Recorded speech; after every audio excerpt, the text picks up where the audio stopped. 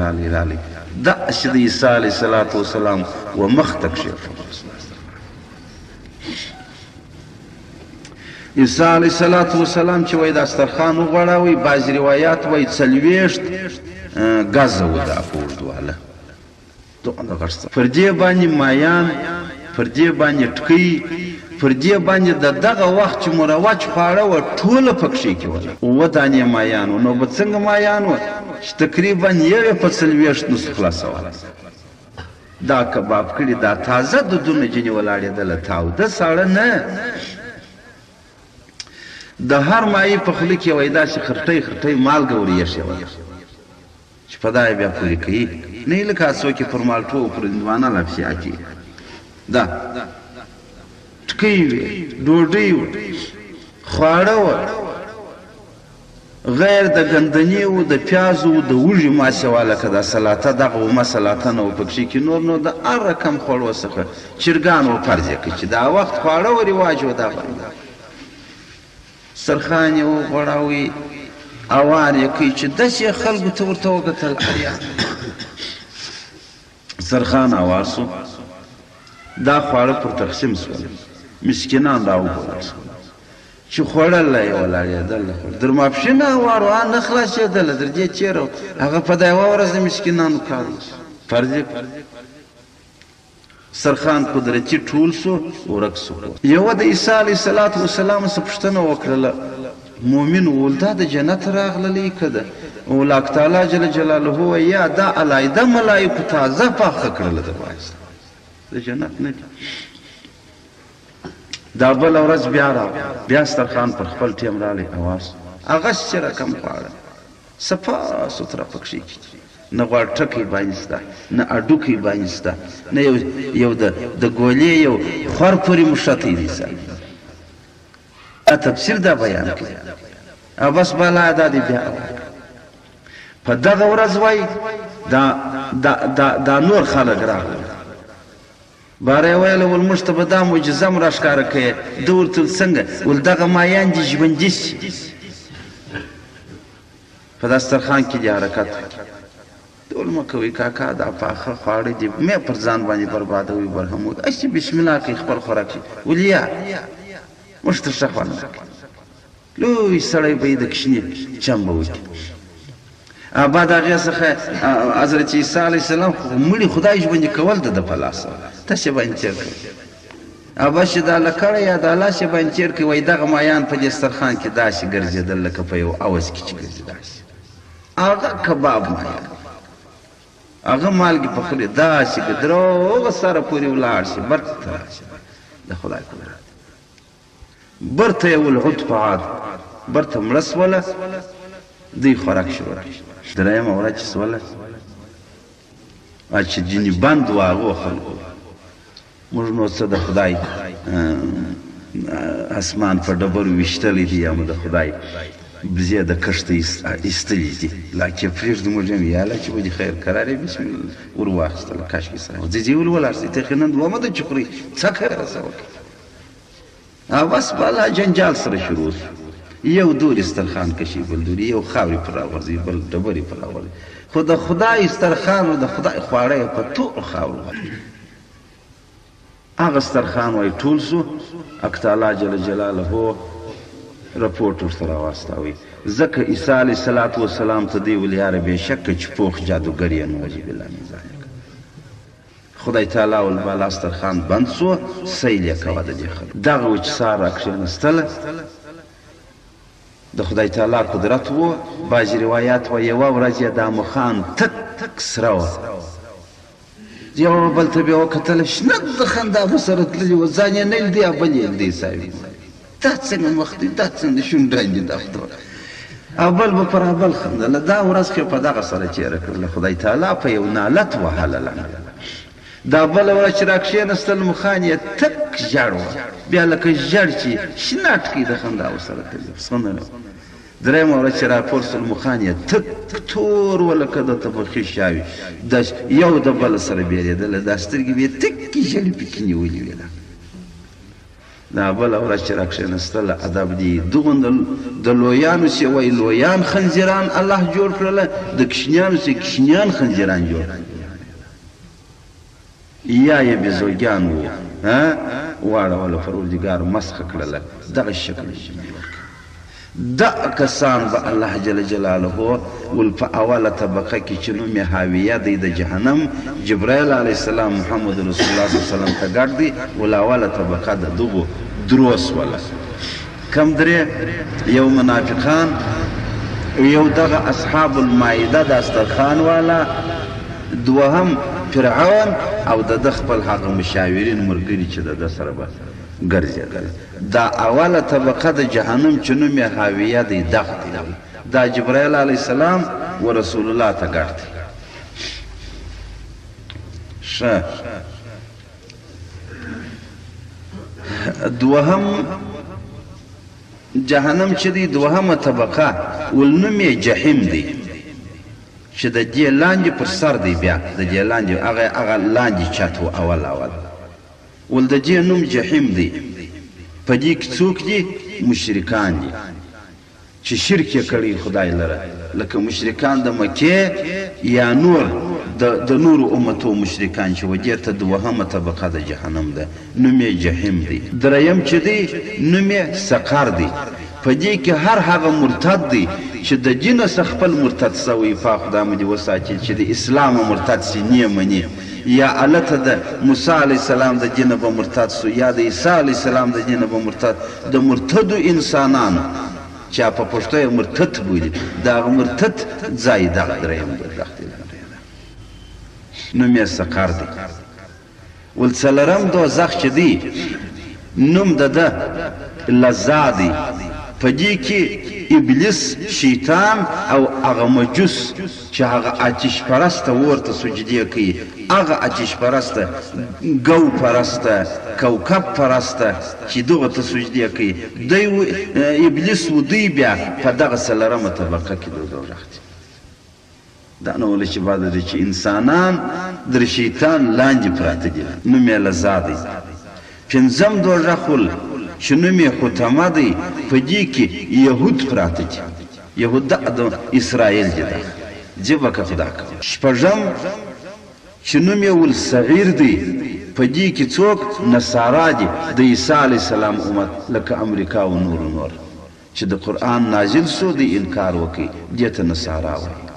څوک یهود دي څوک نصارا د دې دا شپږم دا معنی وروسته وایي جبرائیل علیه السلام خوله ونیول هلته په نمونه کې څو اووه ور یاد کړي دي په بیان کې شپږ راواخیست جبرائیل علیه السلام چې داسې ورته وکتل خوله یې ونیول نبي علیه السلام پوښتنه یې وکړه ول ولې دې بیان بس کړي ته ورته خو نو خلاص وصیب ول یا نقطه ول اووه دي دا خو دې شپږ یاد کړه ول باب الساجي شپږم دي وم جوړنه دا وای دا چې ورته کتله واره ورته یا رسول الله حیا راته دریږي نسم درته شرمېږم رسول الله صلی الله علیه وسلم ولې شرمېږي ولنسم ویلای ولنو بیا وای به خامخا به وای کني پرېږدم جننو چې پتا ونه وایم نو دا ورته چې ما مجبر کړې په ما وایه دا اومه طبقه چې ده هغه پروردګار جل جلاله ستا د ګناهګار امت لپاره جوړه کړې چې ستا امت ګناهګار یې بې توبې ځي بې رجوع ځي بې پښیمانۍ ځي پر دې خپل عزم او پر دې خپل قصد او پر دې خپل ضد باندې ځي دا اومه طبقه ول د هغه اهل الکبائر دپاره وه د هغه غټو ګناهګارو دپاره وه من امتي که الذین ماتوا ولم یتوبوا دا کسان دپاره چې ګناه یې کړي او مړ شي دی و توبه نه کي سره پیدا د دغه دپاره دا مفاجاتي مرګ چې دی د مؤمن مسلمان په بابت کې وایسه نه دی ځکه نو دی هغه ټیم دا ناجوړي له خامخا سړی نو کې نرم جله کوي وینې دا پلانکي ته ووایه ما ته معافي وکړه پلانکي ته وایه که زما څه زیر سوی ما وبخښه یعنې داسې نو کې زړه او دا چې در اوسه پورې لا دغه سړی یا دې پر هغه خره لاس پورو پسې او سار پسې مړ سو نو دې څه وکړه دا ته خو چې دې ولې چې توبه وکړه په ډبره یې ویشتلې چې توبه څه وکړه څه مې کړي دي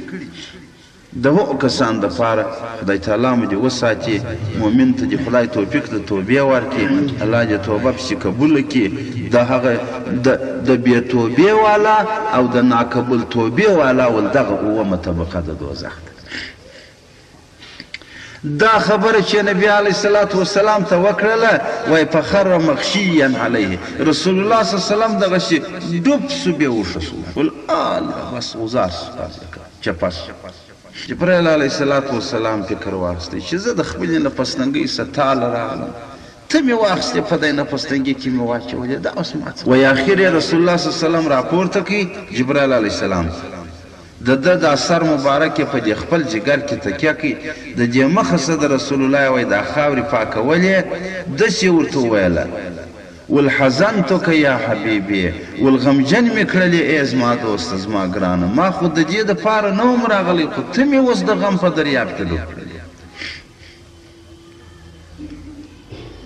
وایي نبي علیه الصلاة والسلام یو شک ګړی بعد سترګې راروڼې کړې چې ویې کتل په غېږ کې د جبرائیل علیه السلام تکیه برته یې هغه کیسه ورته یاد بیا وایي د جبرائیل علیه السلام څه پوښتنه وکړه ول دا اومه طبقه تا ول خدای تعالی زما د امت دپاره پیدا کړې ده بیا به ډوب شو 3 واره کتاب راوړي دي رسول الله صلی الله علیه وسلم په دغه سلسله کې بیداره سوی و بېسده سوی دی اخر دریم پلا چې راپورته سو باره یې وایي و جبرائیل علیه الصلاة والسلام ته ویله ول زه درڅه ولاړم د خدای په امان ته که ماله راغلی وې زه درڅه ولاړم ده ورته ول ولې یا رسول الله ول پر تا باندې اسمانونه تنګ وه چې لیدلې دي ما چې دې لیدلی و پر ما باندې چې زما د امت طبقه پکښې کې ده مځکې و اسمانونه دواړه تنګ شول جبرائیل علیه الصلاة والسلام برته جنې ولاړې رسول الله صلی الله علیه وسلم وایي راغللی خپل کور ته په هغه کور کې چې کومه د ده خپله شخصي کوټه وه هغه خونه یې وه په دې نه هېڅوک یې ځان ته نه پرېښود د هېڅ چا سره خبرې نه کولې هېڅ چا یې نه خواړېله فقط چې د لمانځه وخت به سو لمانځله به په یو داسې په یو خواشیني شکل سره راغله در سترګو بې اوښکې بهېدلې پریشانه به زیات و لمونځ به یې وکړي د شتي بجې دي 3 ورځې په دې مابین کې تېرې سولې کور والا هم په فکر کې دي چې پیښه څه ده بیابان والا هم په فکر کې دي چې پیښه څه ده صحابه کرام هم په فکر کې دي چې پیښه څه ده یو د بل نه آل ویلی شي نه پوښتلی شي باره وایي دی سر کښېنستله چې شاید رسول الله به زموږ څخه بدي سوی دا صحابه ورسره وویله ول نبي علیه الصلاة والسلام چې دا چې کوي دا به شاید زموږ څخه خفه یي ته یې راسئ درک کې معلوم کړه څنګه حضرت سلمان فارسی رضی الله تعالی عنه یې وار اوکې خیر خو نو دا روایت هم راغلی وار وای ابوبکر صدیق رضی الله تعالی عنه راغلی و دربار ته و دې کور ته د محمد رسول الله صلی الله علیه وسلم ودرېد باره یې داسې ورته وویله ول السلام علیکم یا اهل بیت الرحمه هل الى رسول الله من سبیل والسلام دی پر تا باندې ای خاندان د رحمت اجازه ده چې درسمه فلم یجبه احد رسول الله صلی الله علیه وسلم ات جواب نکوي چې یا و یا هغه ګران صحابي چې لکه ابوبکر صدیق صاحب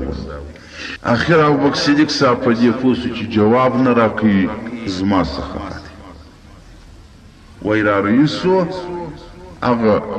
مدینه منوره کې چې هغه منبر د رسول الله صلی الله علیه وسلم و د دې منبر و د دې محراب په مابین کې وکښېناست.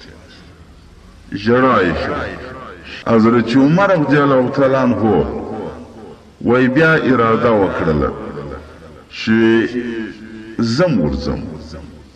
بیا وجه دروازه ته ودرېدی. بیا یې نارې کړ ول السلام علیکم اهل بیت الرحمه هل الى رسول الله من سبیل. دم السلام دی پر تا باندې ای خاندان د رحمت اجازه ده. بیا دا خو هیڅ جواب نه دی. تر هغه لا په غلبل ورا روان سو رالی وای دا وبکسلیک سا وسنت کښېناست. د ده دا خیال سو چې زما څخه دریم پلاوی سلمان فارسی رضی الله تعالی عنه راغله. بیا د دې نورو په اجازه چې هغه هلته ناست هغه نور صحابه د دې دوه ماسې وه ورته ودرېدی. بیا یې نارې کړله ول السلام علیک یا اهل بیت الرحمه هل الى مولای رسول الله من سبیل. والسلام دی پر تا باندې ای خاندان د رحمت. دی خو مریی و. ده نارې کړله ول زما بادار چې رسول الله د اجازه ده چې ورسمه. رسول الله صلی الله علیه وسلم هیڅ نه ورته وای. دی په دی ژړا را روان سو چې لکه کښنی یار به غزارېدی بیا به پورته کېدی. دا ناامیده سوی. دا ورځ یا دغو کسانو دغه شانې وکړه.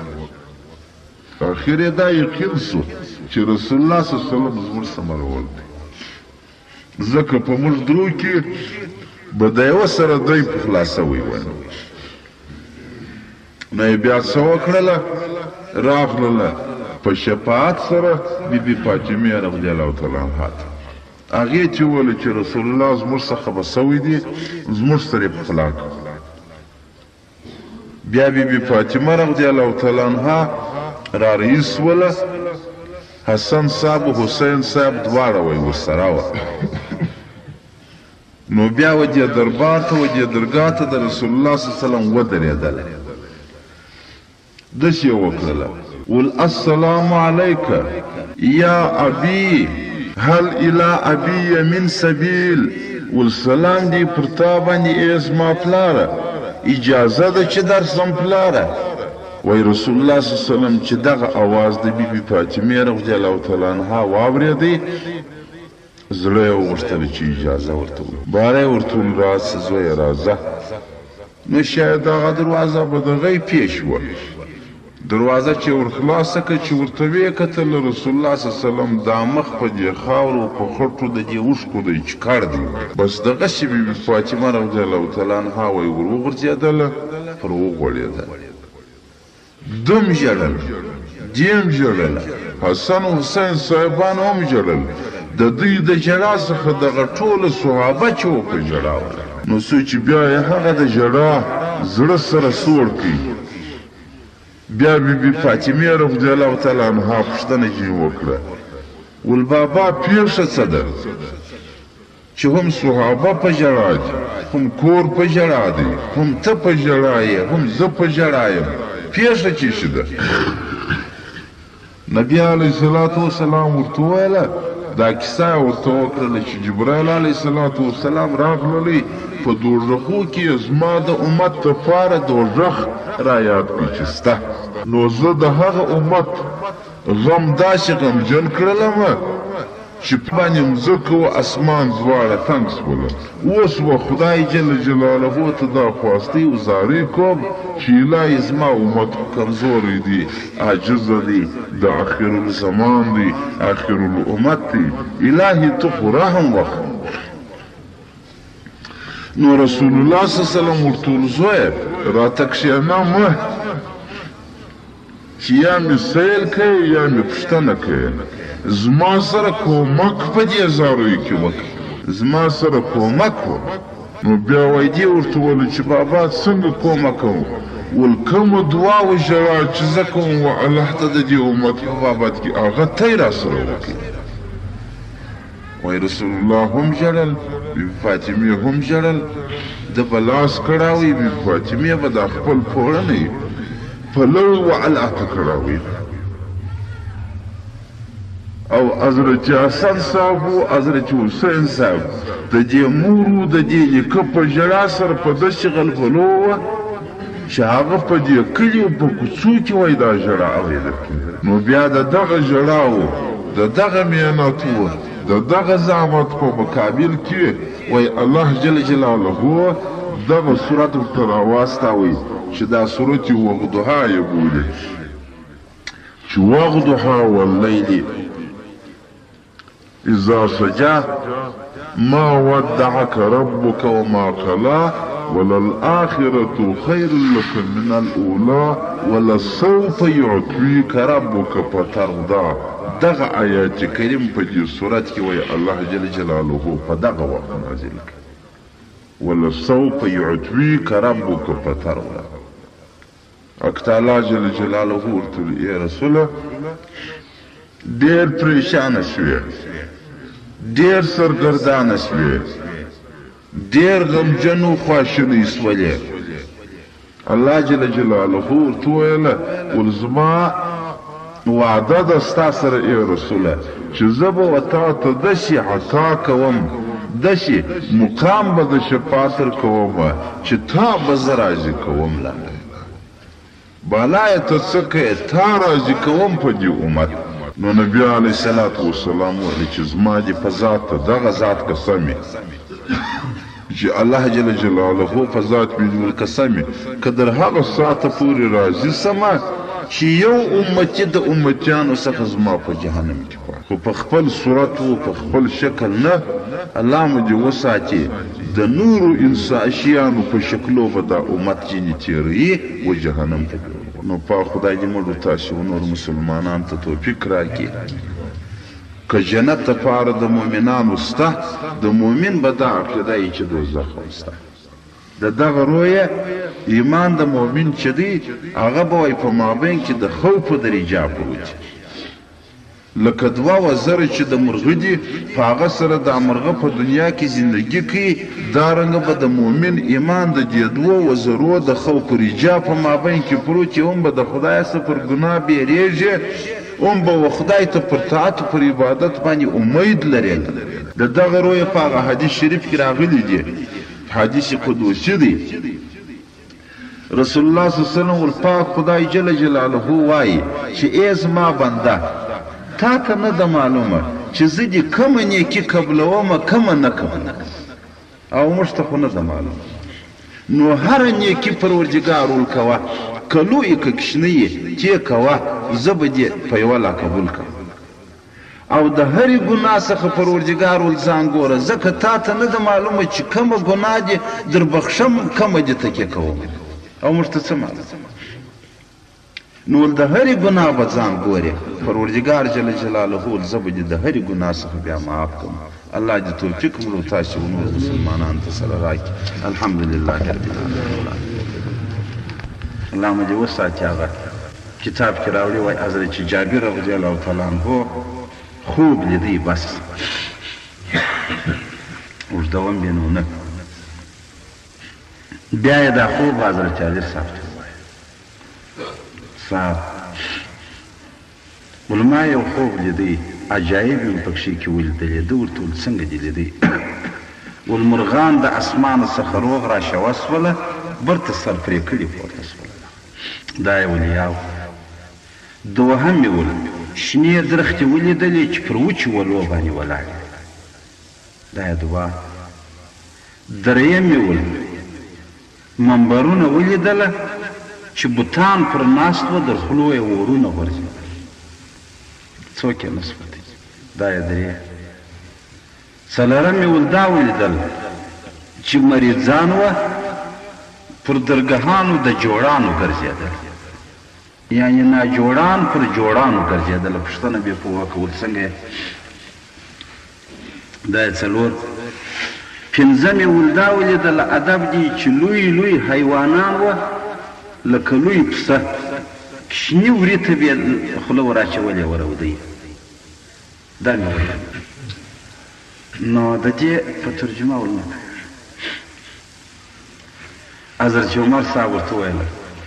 حضرت علي صاحب ورته ویله دی بیخي تکړه و په دې ترجماني کې ول هغه روغ مرغان چې راغلله سرغټ شوه ولاړه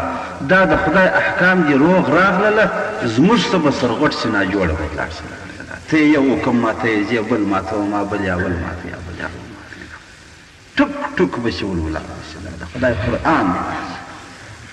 الله مو دې وساتي خدای بس خاص ته دې راڅه کوي چې زما احکام درغلي او تا څه پکې زده کړه څه جواب یې دا یو دوهم ول هغه درختې شنې چې پر وچو ولو ولاړې وې ول دا د اخرې زمانې یا د اخرې د دې وخت انسانان دي چې ظاهر بیا برابر یې باطن کې به هیڅ شی نه لري ریاکاري به ورپکښې کېږي ظاهر سم عمل خراب خدای مو دې وساتي او دریم چې ول هغه بوتان پر منبرو باندې ورونه یې در خوله غورځېدل څوک یې نه سوځي ول دا د اخرې زمانې واعظان دي تاثیر به پر خلکو باندې نه لري هېڅ تاثیر نو څه دي چې ویې ویله نو څه دي چې ویې کړله نو څه دي چې وامې اورېدله نو څه دي چې ومې ویله بس په دغه کې سره ولاړ شي ول دا د اخرې زمانې واعظان دي چې تاثیرات د خبرو بیا پر خلکو باندې نو خبرې چې بې فیضه شي خبرې چې بې تاثیره شي هغه بیا بې عمله هم ګرځېږي خبرې که تاثیر وکړي عمل په پسې دی یقین وکړي الله دې موږ دواړه طرفین جوړ کړي وینې که علما دي که عوام دي که ویونکي دي که اورېدونکي دي دواړه ناجوړ خبرې که تاثیر په چا کې وکړي دا یقین ومنئ چې عمل په پسې دی هغه عملیات کې تاثیر نه درلودي عملیات او هغه چې ول ناجوړان دي ولیدله پر جوړانو ګرځېدل ول دا د اخرې زمانې مسکینان دي پر درګاهانو د خانانو به ګرځي تمه بې په مخه اخیستې هېڅ په لاس او یو لوی سواد زائلونکی د انسان دپاره تمه د الله مو دې وساتي یقین دا خو ناجوړه دی خو دی کم قدرته دی دی بې استعداده دی جوړ به پر ګرځېدی چې څه حال دی څه احوال دی څه وکړم اوس هغه دا دی باندې ګرځي سایه دا معنا او هغه چې لویان دي ولیدل کشنیان یې راوړل ول دا د اخرې زمانې حاکمان دي دغه څه راولي ول د اخرې زمانې حاکمان دي چې د رایت څه به زبېښل کوي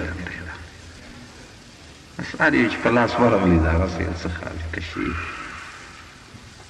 نو الله مو دې وساتي الله دې توفیق راکړي یقین وخت خو ډېر دغه سوی دی داسې و رسته داسې به اوښتی دی تقریبا نو په دغه وخت کې رسول الله صلی الله علیه وسلم ول زما صحابه ورته ګډو ول زما پر امت باندې دی وخت راځي ول تی اوس چې په لاس کې یوه درڅه پاته شي دوغنده عذاب الله درکوي دوغنده خدای در څخه پابندي کېږي چې نه مو هم کړي نه یې سیم کړي بیا به داسې وخت راځي چې په دې لسو کې یوه وکې نه جنې پاتې ول الله به جنې راضي وکړي او ثواب به که د الله سره وکړي کوشش وکړي دوغنده ثواب ورکوي الله جل جلاله لکه 100 کسان ستړي څخه چې دا کار